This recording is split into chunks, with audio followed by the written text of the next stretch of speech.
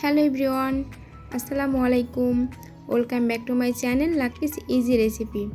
Lucky's easy রেসিপিতে আবারও স্বাগতম জানাচ্ছি সবাইকে নতুন একটি রেসিপি দেখার জন্য। আজকে আমি একটি ফ্যামিলি সাইজ কেক তৈরি করব। 4টা ডিম দিয়ে একটা বড় পাউন্ড কেক তৈরি করে দেখাবো। তবে এই কেকটা 2টা ডিম দিয়েও তৈরি করা যাবে। 2টা ডিম দিয়ে এই কেকটা তৈরি করলে খুব অল্প সময়ে কেকটা শেষ হয়ে যায়। তাই আজকে আমি 4টা ডিম দিয়ে একটা বড় পাউন্ড কেক তৈরি করে দেখাবো। তবে সেম রেসিপি ফলো করে আপনারা চাইলে 2টা ডিম দিয়েও এই কেকটা তৈরি করে নিতে পারবেন। আর এই কেকটা তৈরি করার পর এটার টেস্টটা আলহামদুলিল্লাহ অনেক মজা হয়। আর এই জন্যই আমি একটু বড় সাইজ করে কেকটা তৈরি করি। আর এই কেকটা তৈরি করে আপনার বাচ্চাদের টিফিনে বা বিকেলে চায়ের সঙ্গে খুব অনায়াসে এটা খেতে পারবেন। এই কেকটা আপনারা ট্রাভেলও নিতে পারবেন। আর আমি কেকটা তৈরি করে বক্সে রেখে দেই। আর এটা রুমের স্বাভাবিক তাপমাত্রায় 2 থেকে 3 দিন মতো ভালো থাকে। এটা ফ্রিজে রাখা লাগে না, বাইরে রাখলেই আপনি 3 দিন মতন খেতে পারবেন অনায়াসে। তাই এই কেকটা একটু বড় সাইজ করে আমি তৈরি করি সবসময়, আর এভাবে বক্সে করে রেখে দেই। চলুন তাহলে শুরু করি আমার আজকে সহজ ও মজাদার এই পাউন্ড কেকের রেসিপিটি। আশা করছি আমার আজকের রেসিপিটি আপনাদের অনেক ভালো লাগবে। আমি এখানে প্রথমে একটা মিক্সিং বল নিয়ে নিচ্ছি আর একটা ছাঁকনি নিয়ে নিচ্ছি। আর এই ছাঁকনিটা নিয়ে নিলাম ময়দাটা চেলে নেওয়ার জন্য। এখানে আমি 2 কাপ ময়দা নিয়ে নিচ্ছি। তবে আপনারা যদি এখানে 2টা ডিম দিয়ে কেকটা তৈরি করেন সেক্ষেত্রে এখানে 1 কাপ ময়দাই ব্যবহার করবেন। এক কথায় আমি এখানে 4টা ডিম দিয়ে যে কেকটা তৈরি করব, আপনারা যদি 2টা ডিম দিয়ে কেকটা তৈরি করেন সেক্ষেত্রে প্রত্যেকটা উপকরণ আপনারা হাফ হাফ করে দিয়ে কেকটা তৈরি করে নিতে পারবেন। আমি এখানে 2 কাপ ময়দা দিয়ে দিয়েছি এবং দিয়েছি 1 চা চামচ বেকিং পাউডার। আর এখানে হাফ চা চামচ থেকেও একটু কম বেকিং সোডা দিয়ে দিয়েছি। আর দিয়ে দিলাম 1 টেবিল চামচ গুঁড়া দুধ। আর দিয়ে দিচ্ছি 1 টেবিল চামচ কর্নফ্লাওয়ার। আর এখানে আমি দিয়ে দিলাম ভ্যানিলা পাউডার। তবে কেউ ভ্যানিলা এসেন্সটা দিলে, লিকুইড এসেন্সটা দিলে পরবর্তীতে এটা ব্যবহার করবেন।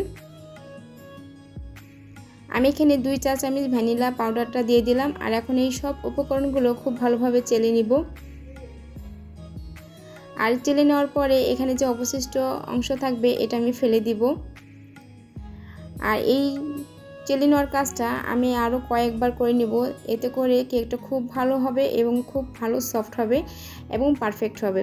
এই জন্য আমি কেকটা বেশ কয়েকবার করে চেলে নিয়েছি, সবগুলো উপকরণ একসাথে খুব ভালোভাবে মিক্স হয়ে যাওয়ার জন্য। আর একটা হ্যান্ড উইক্স দিয়েও আমি খুব ভালোভাবে সব একবারে মিশিয়ে নিলাম। এখন আমি একটা মিক্সিং বল নিয়ে নিচ্ছি আর তাতে নিয়ে নিচ্ছি 4টা ডিম। এখানে অনেক সময় ডিমের সাইজ ছোট বড় থাকার কারণে ময়দার পরিমাণটা একটু কম বেশি লাগতে পারে। আমি এখানে একটা ইলেকট্রিক বিটার নিয়ে নিলাম। তবে আপনারা চাইলে হ্যান্ড উইক্স দিয়েও এই কাজটা করে নিতে পারবেন। যেহেতু এটা পাউন্ড কেক, এটা খুব ফ্লাফি হতে হবে যে ডিমের ম্যারাংটা, এটা না। তাই আমি জাস্ট এটা মিশিয়ে নিব। এই জন্য একটা ইলেকট্রিক বিটার দিয়ে আমি এটা খুব ভালোভাবে মিশিয়ে নিচ্ছি। আর এখানে চিনির পরিমাণটা আমি এখানে 1.5 কাপ পরিমাণ চিনি দিয়েছি। তবে আপনারা যদি মিষ্টির পরিমাণটা আরেকটু কম খেতে চান সেক্ষেত্রে 1 টেবিল চামচ চিনি কমিয়ে দিতে পারবেন। আর একটু চিনির পরিমাণটা একটু বেশি খেতে চান তাহলে এখানে একটু চিনিটা বাড়িয়ে দিবেন। তবে এখানে 1.5 কাপ পরিমাণ চিনি আমার কাছে পারফেক্ট মনে হয়েছে। আর এই চিনিটা আমি একবারে দিব না, একটু একটু করে দিয়ে আমি ইলেকট্রিক বিটার দিয়ে মিশিয়ে নিচ্ছি। আপনারা দেখতেই পাচ্ছেন যে আমি একবারই কিন্তু চিনিটা দিইনি। আর চিনিটা দিয়ে আমি কিছুক্ষণ পর পর আমি বিটারটা দিয়ে মিশিয়ে নিচ্ছি। আমি প্রথমে 1 কাপ চিনি দিয়ে খুব ভালোভাবে মিশিয়ে নিয়ে পরবর্তীতে আরও হাফ কাপ চিনি দিয়েছি। আর চিনিটা খুব ভালোভাবে গলে গেলে এই বেটারের কাজটা শেষ হয়ে যাবে। কারণ চিনিটা যদি ভালো মতো না গলে তাহলে পরবর্তী আপনি কেকটা বানানোর পরে কেকটা যখন ঠান্ডা হবে তখন দেখবেন উপরের কেকের উপরের যে অংশটা সেটা একটু ভেজা ভেজা থাকে। এখানে আমি 1/3 কাপ পরিমাণ রান্নার রেগুলার তেল দিয়ে দিচ্ছি। আর এখানে আমি অরেঞ্জ ইমালশন দিয়েছি। তবে এটা আপনারা আপনাদের পছন্দ মতো যে কোনো ইমালশন দিয়ে এখানে কেকটা বানিয়ে নিতে পারবেন। আর কেউ যদি চান যে ইমালশনটা কয়েকটা দিয়ে মিক্সড করে বানিয়ে নেবেন, সেক্ষেত্রেও কিন্তু কেকের টেস্টটা অনেক ভালো আসে। তবে আমার হাতের কাছে শুধু একটা ইমালশনই ছিল, তাই আমি অরেঞ্জ ইমালশনটাই আজকে দিয়েছি। আর ইমালশনের পরিবর্তে আপনারা এখানে চাইলে ড্রাই ফ্রুটও ইউজ করতে পারেন।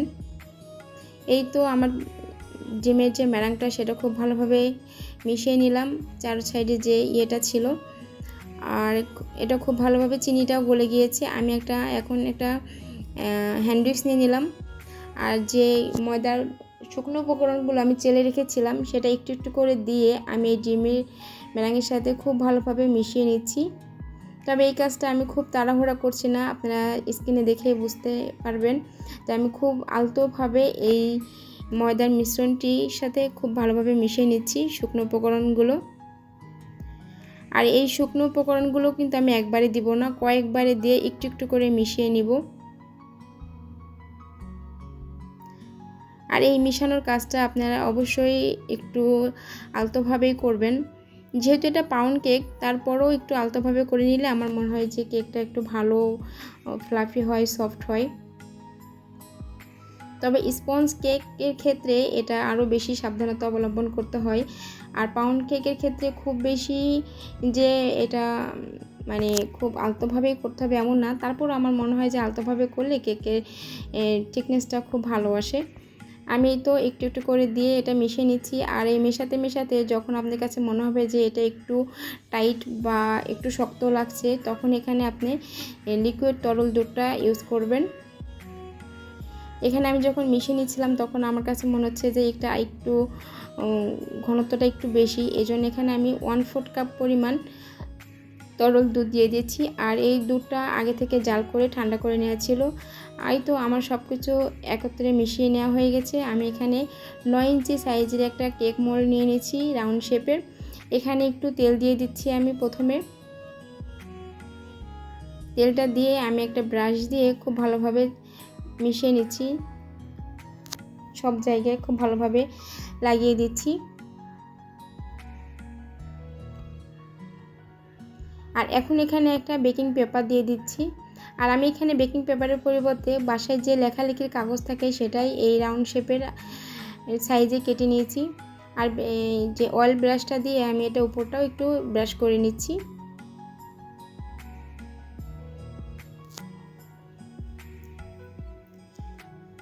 এখন যে কেকের ব্যাটারটা তৈরি করে রেখেছি সেটা আমি দিয়ে দিব। আর এটা যখন আমি কেক মোল্ডে ঢেলে নিব তখন একটু উপর থেকে দিব, এতে করে এর ভিতরে বাবলস ক্রিয়েটটা খুব কম হয়।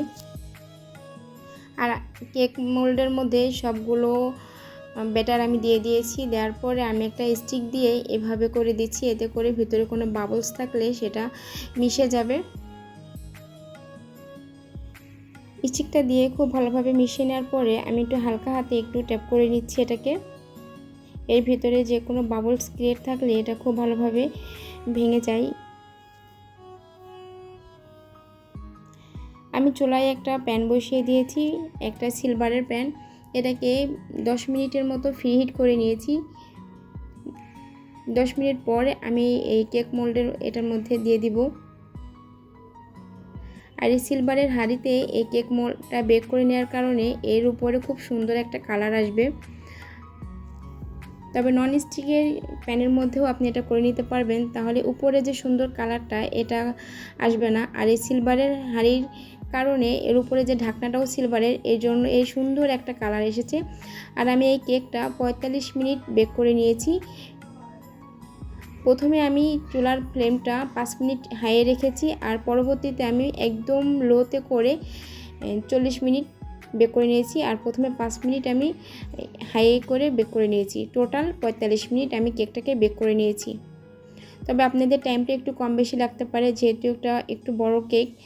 আর এই কেকটা যখন বেক করা হয়ে গেছে তখন একটা স্টিক দিয়ে আমি চেক করে নিয়েছি, একদম খুব সুন্দরভাবে বেক হয়ে গিয়েছে। আর উপরের কালারটাও আলহামদুলিল্লাহ অনেক সুন্দর এসেছে। আর এটা দেখতে যতটা সুন্দর হয়েছে আর খেতেও আলহামদুলিল্লাহ অনেক মজা ছিল। আর আমি আশা করব আপনাদেরটাও এরকম খুব পারফেক্ট হবে যদি আমার রেসিপিটা হুবহু ফলো করেন এবং এর যে মেজারমেন্টটা সেটা হুবহু ফলো করেন, তাহলে একটা কেক পারফেক্ট হবে। আশা করছি আমার আজকের রেসিপিটি আপনাদের ভালো লেগেছে। আর ভালো লাগলে প্লিজ চ্যানেলটিকে সাবস্ক্রাইব করে পাশে থাকবেন। সবাই খুব ভালো থাকুন। আসসালামু আলাইকুম।